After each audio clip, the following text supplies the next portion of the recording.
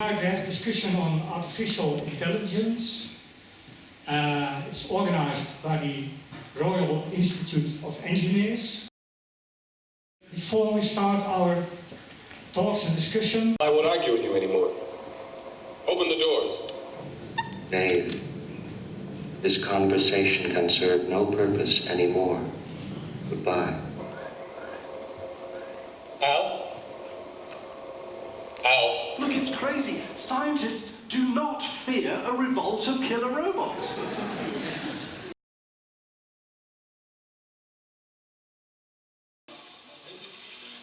This is the final project demonstration of two joint European research projects, all together, including, I guess, 18 universities, 5.5 years, and 10 million euros.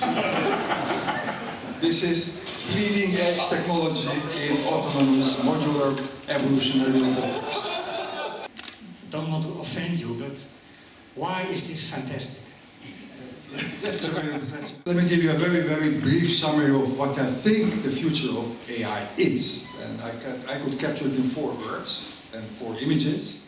I'm in favor of this narrow AI, so not trying to mimic human intelligence or build some super intelligence, but use these components of AI to build really specific, useful things that can be used, and then this way you can get step by step further on.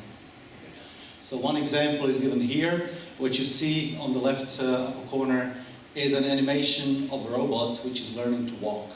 And it starts literally with no knowledge at all, so it starts with falling and standing up again and making moves.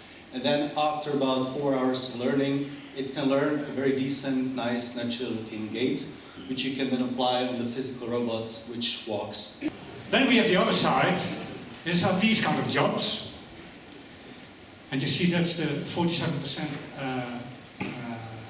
The effect there is really the largest. Whom are working in these kind of jobs here in this room? Well, there's only one, no two of them. Well, half of them are going to be out of a job. Eric, what can you offer these 2 guys? So this study really says that sometime in a time span of the next 30 years, half of the tasks that we do today are going to be substituted away by a group of technologies. They use the similar, they look at a list of technologies, but that among them, data-driven expert systems, universal programmable robots. Those are essentially factory arms that can make beers, put jam and peanut butter on sandwiches, help you do things in the household, or the automated material handling, stuff that moves stuff without human interventions, airplanes, cars, trains, but also little trolleys that move rocks on building sites.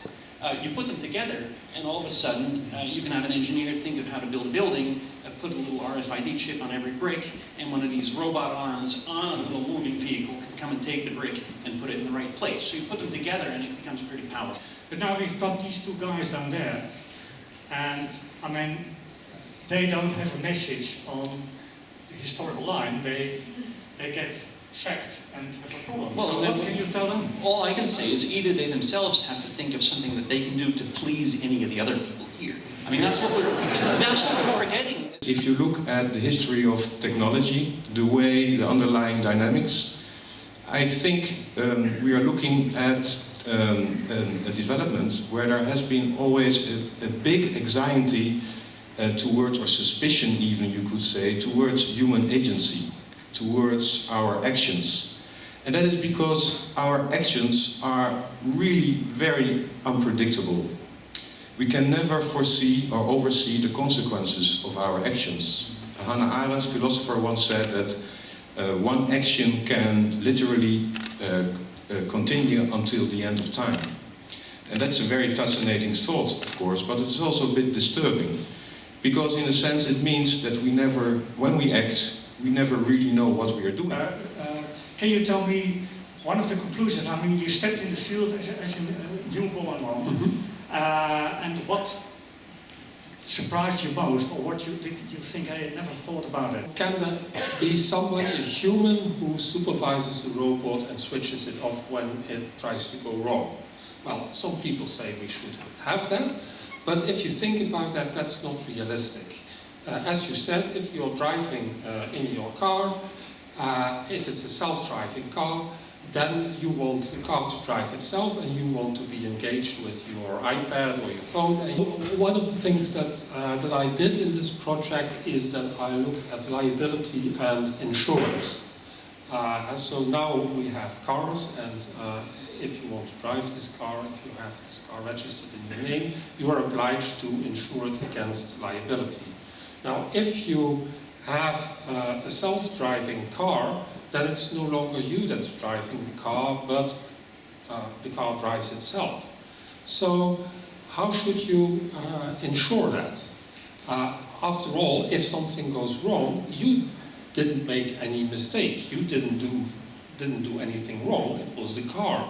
So should you insure it, and can you insure it? So my newest ambition is to get evolution outside the computer, and this kind of robot is illustrating the vision that I have. It would be very nice if we could evolve not only digital objects, but physical objects. So if we could have self-reproducing robots.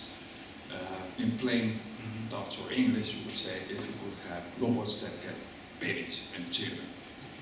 And that immediately raises ethical issues, and this is partly why I signed the petition. Okay, yeah, but that was my next question indeed. Why did you sign the petition? What do you expect of it? For two reasons, actually. So the letter is just the interface. It is just a window dressing. If you read the letter carefully, there is a link to a much deeper, much more detailed, more scientific elaboration of 12 pages, and I read those 12 pages. And a large part of those 12 pages is something that I could have said or written myself if I had thought of it earlier. And only a very small fraction of it is about controlling AI systems and making them safe. A large part of the document is about making AI useful and beneficial for mankind. That's something that everybody has to agree to, I guess. Indeed, indeed. Do you think that this, again, now reading it so thoroughly, does it change the way you look at your own work? Yes. There is only one problem. Any technology can be used both for the good and for the bad. With a knife, you can cut bread or someone's throat. A robot plane that kills terrorists can, in the hand of terrorists, just as easily kill innocent civilians. A month ago, I interviewed a Dutch researcher who works for Google DeepMind, and he published in February a paper in which he and his colleagues from Google DeepMind showed that they built an algorithm that was basically able from scratch to learn to play classical Atari computer games. So one single algorithm was able to play 40 very different Atari computer games. And the only thing it knew from the beginning was it looked at pixels on the screen and knew what was light and what was dark. And it learned by looking at the scores. It was just doing randomly something, it got these scores and it learned that you have to aim for a high score.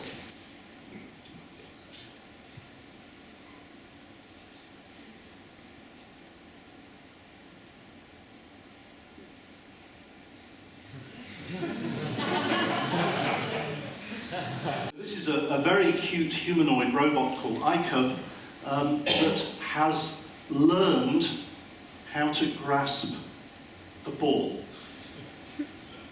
Now I'm going to kind of do the same thing that Guszti did and explain that this was an entire EU Framework 7 project with probably about 7 universities in 3.5 years to make that robot do that thing. Okay. Now that robot is very cute, but that's all it does. Here there are two H robots, and they are placed equally far from the hole. So what we ended up doing by accident is making a sort of chronically indecisive robot that basically can't make its mind up who it's going to rescue, and therefore fails to rescue quite often. We need to think about how we work with the economic commodity knowledge. I think what's going to happen, and I think what needs to happen in the next, in the near-term future, so 5 to 10 years, is regulation. You can already see in, in drones, commercial drones, that regulation is coming and it's coming fast. Yeah, indeed. Yeah. Do we have sufficient self-knowledge to know what can be our superior self or our superior world? I mean, we can of course now put our judgments, our values into our technology and put them in place, but are we really sure that what we find desirable today will still be desirable tomorrow?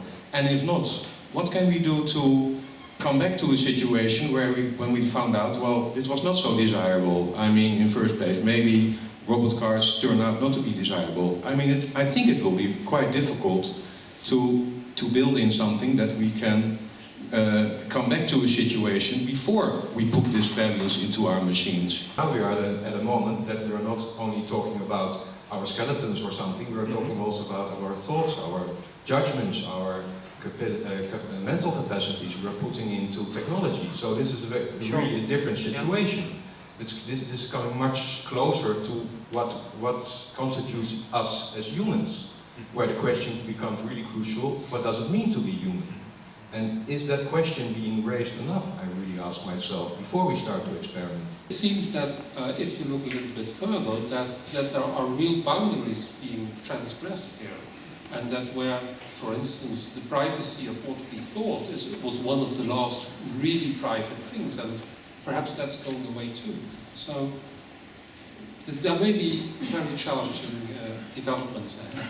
Is there anybody in the audience who wants to guess, or maybe who knows, what the power consumption of the human brain is, expressed in watts? How many watts does the human brain consume? About 10 to 40. Sorry? 10 to 40 watts. Okay, yeah, very good. Yeah, it's about 20 watts, yeah. And the supercomputer Watson that won this quiz uses 300,000 times as much. And then it can only play Jeopardy. So this also shows that we have an enormous engineering problem to solve in order to get to superintelligence.